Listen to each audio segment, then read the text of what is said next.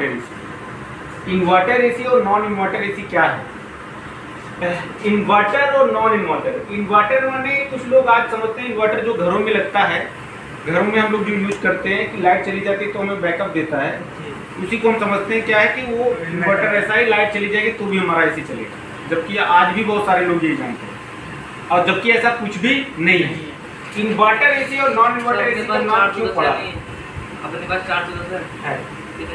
Inverter AC, non inverter, inverter. पहले जो भी एसी थी सब सारे लोग हम किस नाम से जानते थे? एसी के नाम से। तो फिर जब इन्वर्टर एसी आ गया तब दो एसियां बाहर डिवाइड हो गई, एक हो गया इन्वर्टर और एक नॉन इन्वर्टर।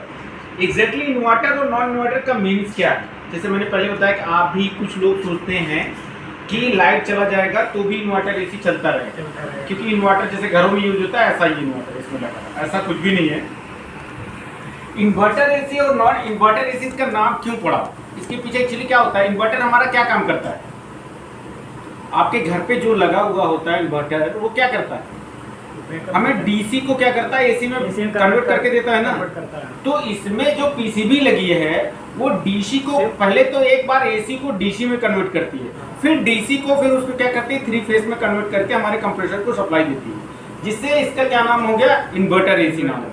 एक्चुअली क्या करता है? ये एसी को डीसी और डीसी को फिर एसी में कन्वर्ट करता है, पल्स उसकी निकाल के। तो इसलिए इसका नाम इन्वर्टर एसी है। तो इन्वर्टर एसी और नॉन इन्वर्टर एसी में क्या डिफरेंस होता है उस पर हम लोग डिस्कस करेंगे। पहले तो अच्छा, इन्वर्टर हमारे पास एसी था तो हमें इन्वर्टर एसी की क्यों जरूरत पड़ी? Why need? क्योंकि सर इसमें जो हमारा सर बिजली बचाता है। हाँ, इन्वर्टर हमारा इलेक्ट्रिसिटी सेव करता है। बिल्कुल, क्या था? हमें इलेक्ट्रिसिटी सेव करना था, इसीलिए हमें इन्वर्टर एसी की जरूरत पड़ी। हमारा इलेक्ट्रिसिटी को क्या करना है? बिजली को बिल को कम करना था, इसीलिए हमारा। और कुछ लोग कहते हैं कि बिजली का बिल आधा हो जाता है, बिजली का बिल बिल्कुल कम हो जाएगा। ऐसा कब होता है इसके लिए भी हमें देखना जानना होगा। पहले तो ऐसे कैसे, अगर नॉन इन्वर्टर एसी है उससे 2000 आ रहा है, तो अगर इन्वर्टर एसी हम लगा लेंगे तो उससे 4000 भी हो सकता है, क्योंकि उसको हमें यूज करना स्मार्टली पता होना चाहिए। अगर हम स्मार्टली यूज नहीं करना आता है हमें, तो फिर हमें हमारा बिजली का बिल कम के बजाय क्या हो जाएगा? ज़्यादा हो जाएगा। तो हम वो चीज़ें पहले तो इन दोनों में डिफरेंट क्या है उसको हम समझते हैं। जो इन्वर्टर एसी होता है सबसे बड़ा डिफरेंट क्या होता है? इसका जो कंप्रेसर का आरपीएम होता है वो फिक्स नहीं होता। इसकी जो कंप्रेसर की आरपीएम होती है,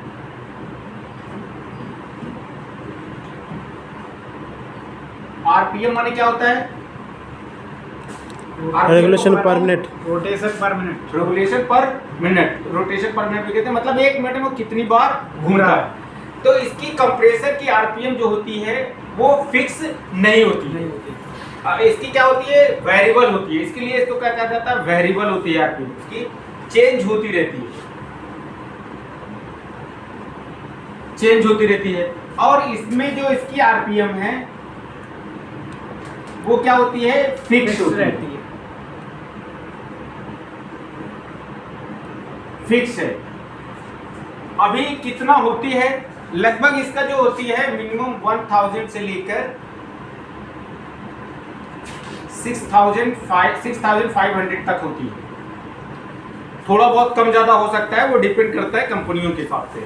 और ये जो होता है वो लगभग 3500 आरपीएम के आसपास आता है। इसमें भी आते हैं लगभग इसमें 2850 आरपीएम का भी आता है, 3500 आरपीएम। लेकिन जो भी इसका आएगा वो अगर 2850 आरपीएम का है तो 2850 में ही चलेगा।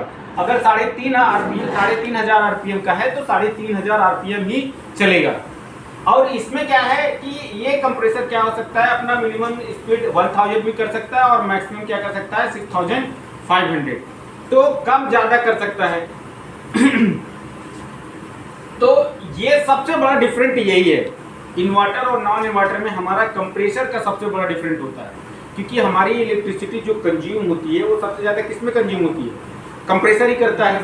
बाकी आउटडोर में फैन है तो वो तो नॉर्मल फैन की इसी के जैसे कंज्यूम करती है। तो दोनों फैन के हमारा सबसे ज़्यादा कंज्यूम इलेक्ट्रिसिटी जो करता है वो कंप्रेसर करता है। कंप्रेसर अगर हमारा नहीं चले तो फैन नॉर्मल से जो बिजली का बिल आएगा सेम टू सेम ही होगा। तो सबसे बड़ा जो डिफरेंट होता है वो होता है हमारे कंप्रेसर में। कंप्रेसर इसका जो रहेगा उसकी आरपीएम फिक्स नहीं रहेगी और इसकी आरपीएम क्या है, फिक्स है, ये चलेगा। अगर इसमें हमने क्या किया, इसको हमने 16 डिग्री पर टेम्परेचर पे हमने सेट कर दिया। मान लो हमने इसको 16 डिग्री टेम्परेचर पे सेट किया और इसको भी हमने क्या कर दिया, 16 डिग्री टेम्परेचर पर सेट कर दिया। अभी इसको हमने 16 पे किया है या 25 पे किया है, वो चलेगा सिर्फ इसी स्पीड से। कितना, 3500 पे चलेगा। अगर हमने 16 पे कर रखा है या 25 पे कर रखा है तो भी वो चल रहा है इसी स्पीड में, और जबकि इसकी स्पीड क्या है, कम ज्यादा होगी। अगर हमने इसको 16 पे कर रखा है तो इसकी आरपीएम अपनी हाई आरपीएम में चलेगा, और इसको अगर हमने 25 पे 24 पे कर रखा है तो ये क्या होगा, अपना स्पीड कम कर लेगा। ये चीजें समझ में आई। अगर नॉन इन्वर्टर एसी है, अगर हमने उसको 16 पे भी रखा है तो चलेगा वही स्पीड में, बहुत जल्दी कूलिंग नहीं करेगा। और जबकि इन्वर्टर कंप्रेसर क्या है, वो बहुत तेजी से चल के उसको टेम्परेचर को कम कर लेगा।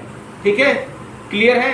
तो सबसे बड़ा डिफरेंस जो होता है वो हमारे कंप्रेसर में होता है, जो इन्वर्टर और नॉन इन्वर्टर एसी। अभी एक हमने क्वेश्चन किया बताया था कि आपका एक सिचुएशन ऐसी हो सकती है कि इन्वर्टर में बिजली का बिल डबल हो जाए। नॉन इन्वर्टर में हमारा आ रहा था 2000 और इन्वर्टर में हमने लगा लिया बिजली का बिल कम करने के लिए, लेकिन हमारा 4000 है। किस सिचुएशन में आएगा सर? उसे हम 16 डिग्री पे रखेंगे तो हाई बोलेगा, कंप्रेसर हमें आ रहा 4000 बिल्कुल समझ में आ रहा है आपको? 5000। देखो अभी हमने इसको लगातार 16 पे हमने चला रखा है इन्वर्टर एसी को। अभी वो फुल स्पीड पे लगभग चल रहा है। हर कंपनियों का थोड़ा बहुत आरपीएम में फर्क होता है, डिपेंड ये नहीं होता है, नियर अबाउट में 6500 आरपीएम में चल रहा है। तो अभी इसका बिल, और ये हमने 16 पे चला रखा है, और तो ये कितने में चल रहा है आपका सर 3500। तो कौन से में बिजली का बिल ज्यादा आएगा सर? इन्वर्टर में, क्योंकि ये क्या रहा है 6500 में चल रहा है और ये वाला क्या चल रहा है 3500 में। तो इस सिचुएशन में हमें ये भी कस्टमर को बताना है कि आप इन्वर्टर एसी यूज कर रहे हो तो आप स्मार्टली यूज करो। पहले आप उसको 22-24 डिग्री टेम्परेचर पे रखोगे, तभी वो क्या होगा, आपको रिजल्ट उसका बढ़िया आएगा, पॉजिटिव आएगा, बिजली का बिल कम होगा। नहीं तो आप अगर लगातार 16 पे चला रहे हो तो आपका जितना नॉन इन्वर्टर में आ रहा था, इन्वर्टर में उससे ज़्यादा आएगा। कस्टमर को क्या होता है दिमाग में कि इन्वर्टर ले लिया, मैं किसी पे भी चलाऊं, लेकिन बिजली का बिल हमारा क्या होगा, आधा होगा। और सेल्समैन भी जो होते हैं वो भी यही कह के बेच देते हैं कि बिजली का ये ले लो, आप बिजली का बिल आधा हो जाएगा, लेकिन ऐसा कुछ भी होता नहीं। उसके लिए आपको क्या करना होता है, स्मार्टली यूज करना है। तो कस्टमर को हमें ये चीज़ बताना है कि आप इन्वर्टर लगा लिए तो इसका मतलब नहीं है कि आप कितनी भी चलाओगे बिजली का बिल आता होगा, कि आपको 22 से 24 के बीच में, 25 के बीच में आप चलाओगे तो आपका बिजली का बिल क्या होगा, कम होगा। और एक चीज़ और मैं यहाँ क्लियर कर दूँ, इन्वर्टर एसी वहाँ ज़्यादा सक्सेस है जहाँ 8 से 10 घंटे एसी चलता है।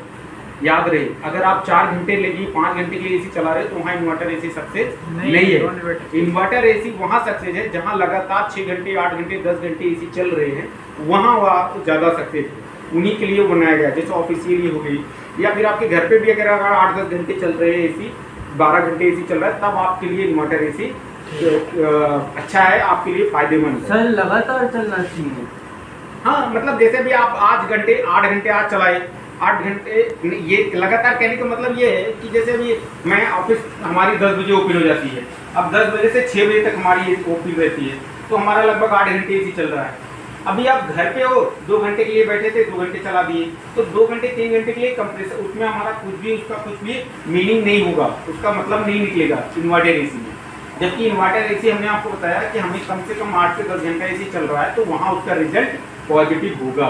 सर जैसे हमारा मतलब दोपहर में 4 घंटे चल रहा है, रात में 6 घंटे चल रहा है, तब नहीं, तो बहुत बड़ा इसका इफेक्ट नहीं होता है। लेकिन फिलहाल अगर आप, वही फिर आता है कि आप कितने डिग्री टेम्परेचर पे चला रहे हो, कंप्रेसर कितनी देर के लिए बंद हो जा रहा है, कितना देर के लिए, वो अपनी आरपीएम 1000 कर लेगा, वो आपका मायने रखता है। ठीक है, समझ में आया? तो मतलब अगर वो अपने 22 पे क्या चला रखा है, तो 22 पे क्या हुआ, पहले वो 6500 आरपीएम में चला, फिर रूम में टेम्परेचर कम हो गया, जिससे क्या कर लिया, उसने अपनी स्पीड कम कर लिया। और ये नॉन इन्वर्टर कंप्रेसर जो हैं वो क्या होते हैं, ये बंद नहीं होते। हालांकि इस केस में क्या होता है, कुछ ब्रांडों के बंद भी हो गए हैं, ऐसा कंफर्म नहीं किया जा सकता, लेकिन ज़्यादातर क्या है कि ये इन्वर्टर कंप्रेसर बंद नहीं होते। अभी जैसे हमने 25 डिग्री चलाया है और हमारे एसी हमारे रूम में कितना है 35 डिग्री टेम्परेचर है, तो वो 25 डिग्री टेम्परेचर ला के फिर क्या कर लेगा, उसी को बढ़ने नहीं देगा। अब ये नॉन इन्वर्टर क्या है, 25 डिग्री टेम्परेचर ला दिया, उसके बाद ये बंद हो गया। फिर जब 25 से ज़्यादा बढ़ेगा तो क्या करेगा, ये वापस से ऑन हो जाएगा, वापस से चलने लगेगा।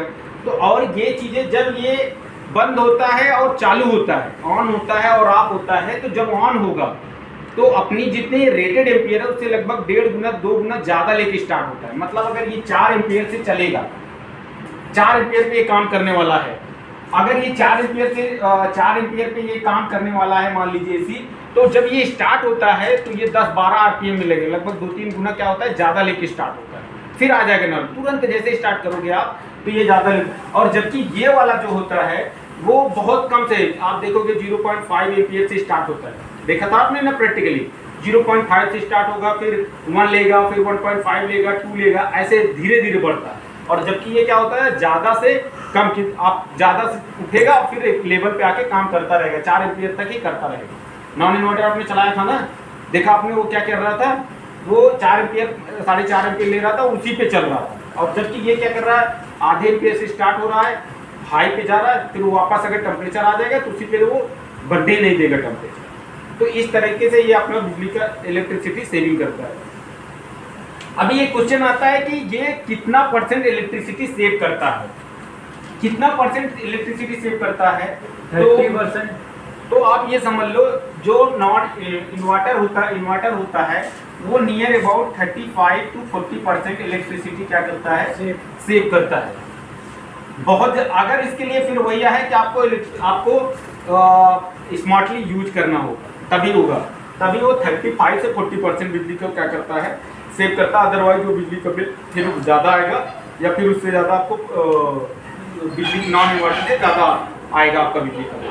तो किसी कस्टमर को आपको बताना है कि 30-35% आपको 40% के लगभग आपको ये बिजली की इलेक्ट्रिसिटी सेव करता है। ड्यूअल इन्वर्टर आ जा रहा है, जो ड्यूअल इन्वर्टर आ रहे हैं उनसे थोड़ा सा इससे ज़्यादा रोटेशन बढ़ जाता है। नॉर्मल कंडीशन में आपको ये बताई गई। और इन्वर्टर और नॉन इन्वर्टर में क्या डिफरेंट होता है, पहला ये हो गया कि आपको जो चीज़ें बताई गई इलेक्ट्रिसिटी और कंप्रेसर के बारे में। तीसरा आपका नेक्स्ट है कि इसमें क्या होता है, आपकी जो सेंसर होते हैं, सेंसर जो होते हैं 5 या 6 होंगे, 5 या 6 होंगे। और जबकि नॉन इन्वर्टर में सेंसर जो होते हैं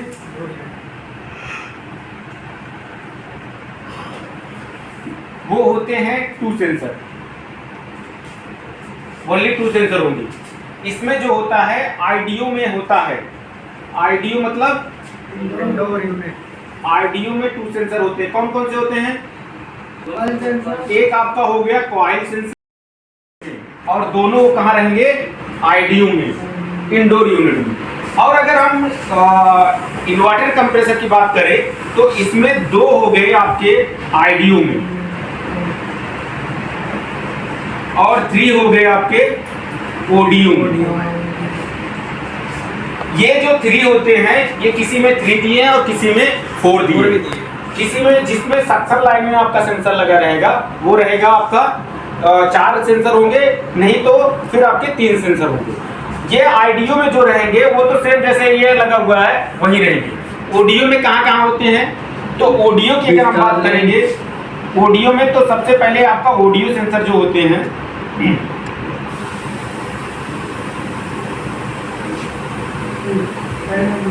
ओडीओ सेंसर एक आपका होगा डिस्चार्ज लाइन कंप्रेसर के पास में लगा होगा, डिस्चार्ज लाइन में लगा होगा। दूसरा कहाँ लगा होगा, कंडेंसर में, कंडेंसर में आपका लगा होगा। और तीसरा कहाँ लगा होगा, कंडेंसर के बाहर, कंडेंसर के बाहर जिसको हम बोलते हैं एम्बिएंट सेंसर, एम्बिएंट सेंसर। ये 3 सेंसर लगे होंगे। और अगर चौथा लगा होगा, किसी कंपनी में 6 सेंसर दिए हैं, जैसे इसमें होता है कि 5 या 6, तो एक आपका सक्शन लाइन में भी होता है, सक्शन लाइन में भी लगा रहता है। ये सभी में नहीं होता है लेकिन ये तीनों लगभग सारी ब्रांडों में होते हैं। ठीक है। तो अभी इन्वर्टर में कितना, नॉन इन्वर्टर में ओनली 2 सेंसर होगा और इन्वर्टर सेंसर में कितने होंगे, 5 सेंसर। आईडीओ में जो होगा कॉइल सेंसर और रूम सेंसर इसमें भी होगा, और ऑडियो में इसमें कोई सेंसर नहीं होता है। नॉन इन्वर्टर में ऑडियो में कोई सेंसर नहीं होता है, और इन्वर्टर में और ऑडियो में आपके 3 सेंसर या 4 सेंसर रहेंगे। ये डिफरेंस समझ में आया? नोट कर लेना मेरे को। नोट नहीं किए हो क्या, पहले नोट किए थे? नहीं सर। मोटर,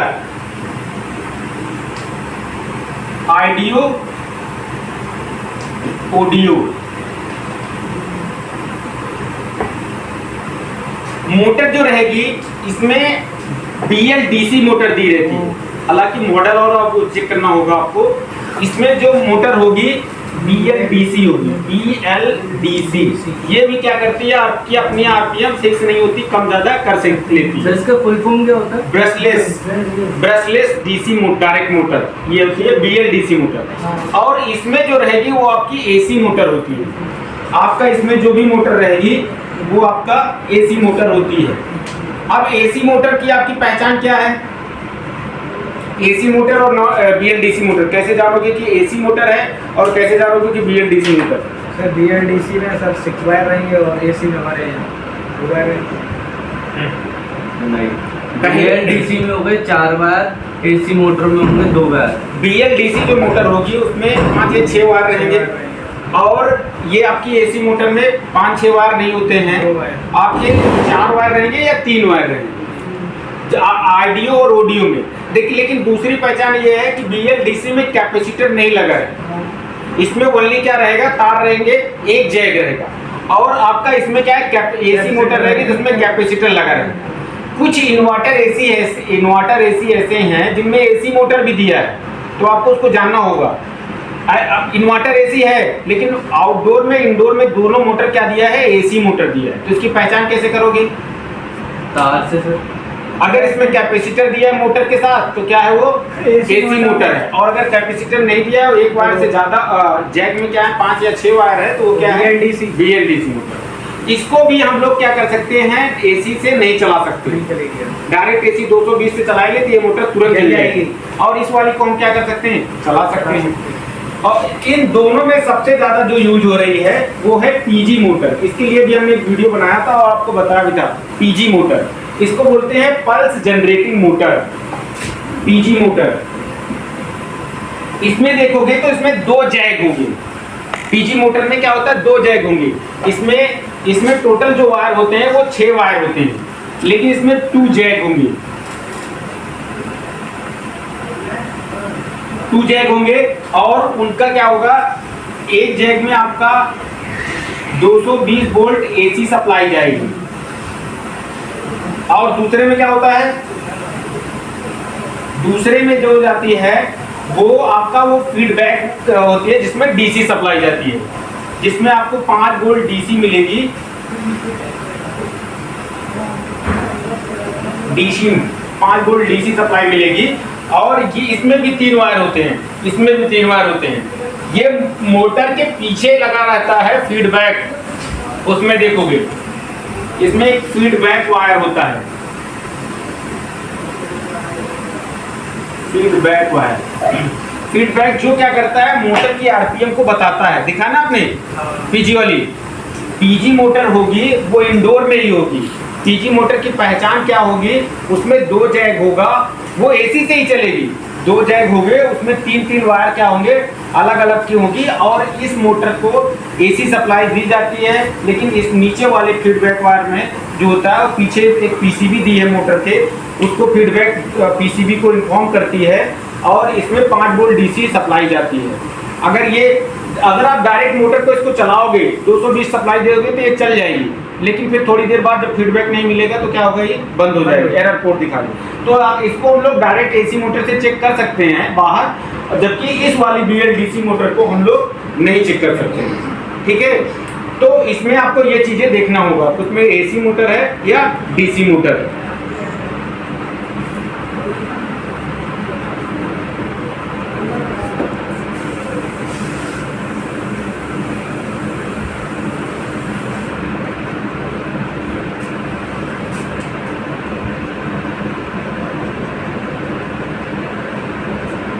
इसमें इन्वर्टर में क्या होगा, ऑडियो में पीसीबी रहेगी।